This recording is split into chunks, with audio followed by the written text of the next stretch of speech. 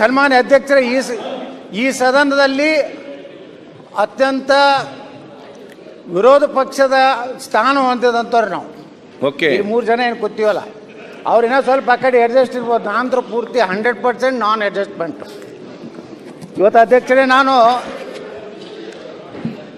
ತಾವು ಏನು ಇವತ್ತು ಏನೋ ಉಚ್ಚಾಟಿತ, ಎಲ್ಲರೂ ಉಚ್ಚಾಟಿತ ಅದವ್ರಿ, ಪ್ರಧಾನಮಂತ್ರಿಗಳು ಉಚ್ಚಾಟಿತರಾಗ್ಯಾರ. ಅಲ್ಲ, ನಿಮ್ಗೆ ಬಹಳ ಹೀನಾಯವಾಗಿ ಬಹಳ ಯಾಕೆ ಉಚ್ಚಾಟನೆ ಮಾಡಿದ್ದಾರೆ? ಏನೇನು ಹೀನ ಇಲ್ಲ. ಆಯ್ತು, 1 ನಿಮಿಷ ಮುಗೀತು, ಟೈಮ್ ಮುಗೀತಾ ಬಂತು ನಿಮ್ದು. ಈ ತರ ಮಾಡಬಾರ್ದಿತ್ತು ಬಿಜೆಪಿಯವರು ಈ ಮಟ್ಟಕ್ಕೆ. ನಿಮ್ಮ ನೀವು ಮಾತಾಡಿ.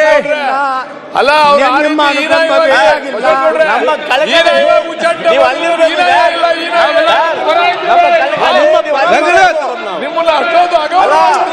ನೀವು ಮಾತಾಡ್ತೀರ?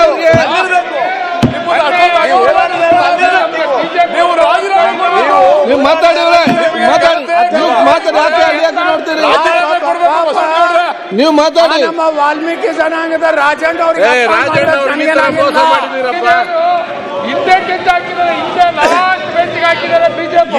ಅಧ್ಯಕ್ಷರ, ಈ ಸದನದಲ್ಲಿ ಒಬ್ಬ ವಾಲ್ಮೀಕಿ ಜನಾಂಗದ ನೇರ ನುಡಿಯ ಮನುಷ್ಯ ರಾಜಣ್ಣ ಅವ್ರಿಗೆ ಆದಂತ ಅಪಮಾನ ನಮಗೇನಾಗಿಲ್ಲ. ಅಲ್ಲ, ನಿಮ್ಗೆ ಮಾಡಿರೋದು ಅಪಮಾನ ಬಿಟ್ರೆ ಉಚ್ಚಾಟನೆ ಮಾಡಿದ್ದೀರಿ. ಯಾರು ರಾಜಕೀಯ ಮಾತಾಡಬೇಡಿ. ಆಯ್ತು ಶರತ್, ಮಾತಾಡ್ಲಿ, ಟೈಮ್ ಇಲ್ಲ, ಮಾತಾಡ್ಲಿ. ಆಯ್ತು, ನೀವಾಗ ಮಾತಾಡ್ತೀರಿ, ಎದ್ದು ಹೋಗ್ತೀರಿ, ಬರ್ತೀರಿ. ಇಲ್ಲಿ ನಾನೆಲ್ಲ ಕೂತ್ಕೊಳ್ಬೇಕಲ್ಲ. ಅಧ್ಯಕ್ಷರೇ,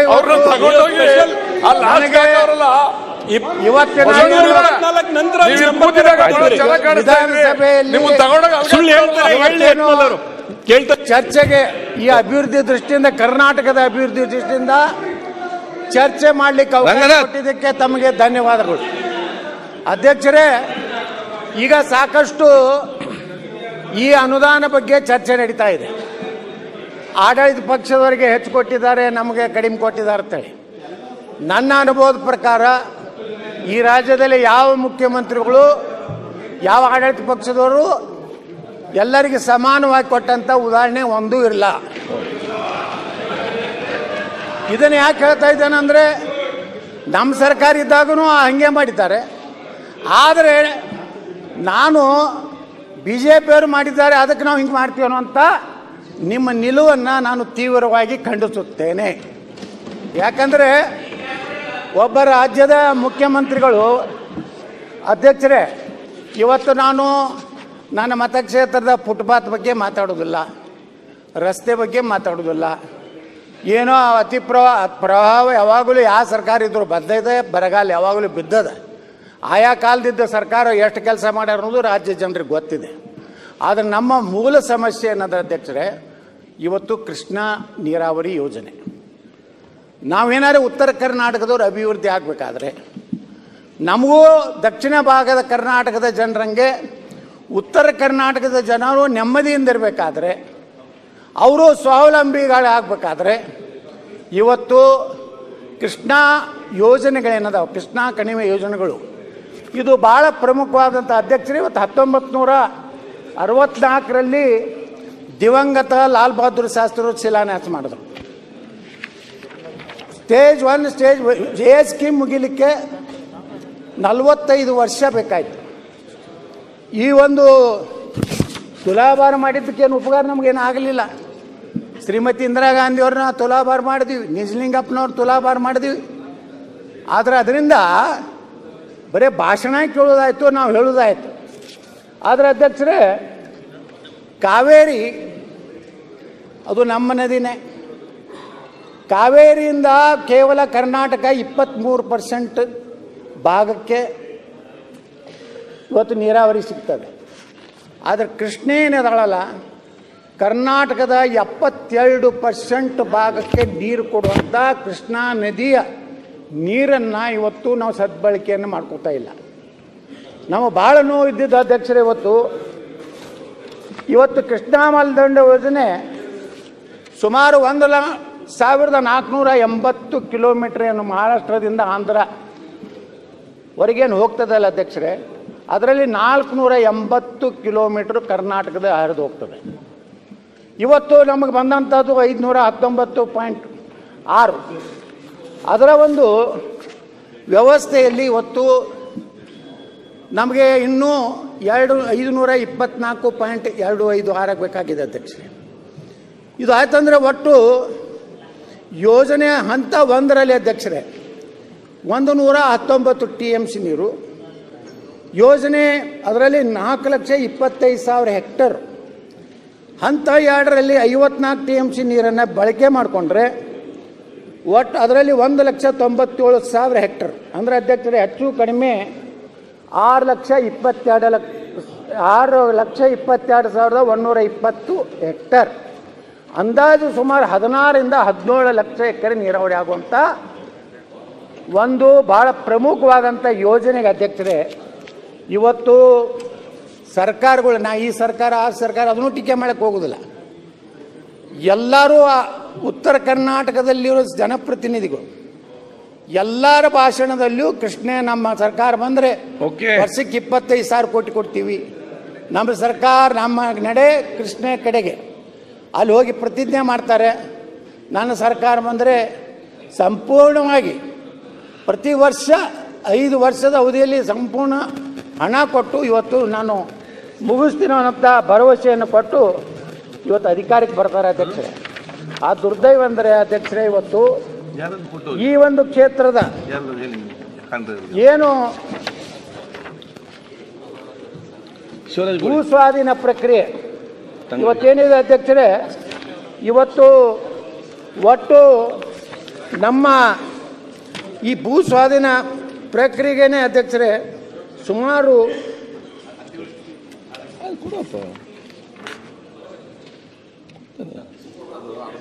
ಎಕರೆ 1,33,867 ಎಕರೆ ಭೂ ಸ್ವಾಧೀನ ಆಗಬೇಕಾಗಿದೆ ಅಧ್ಯಕ್ಷರೇ.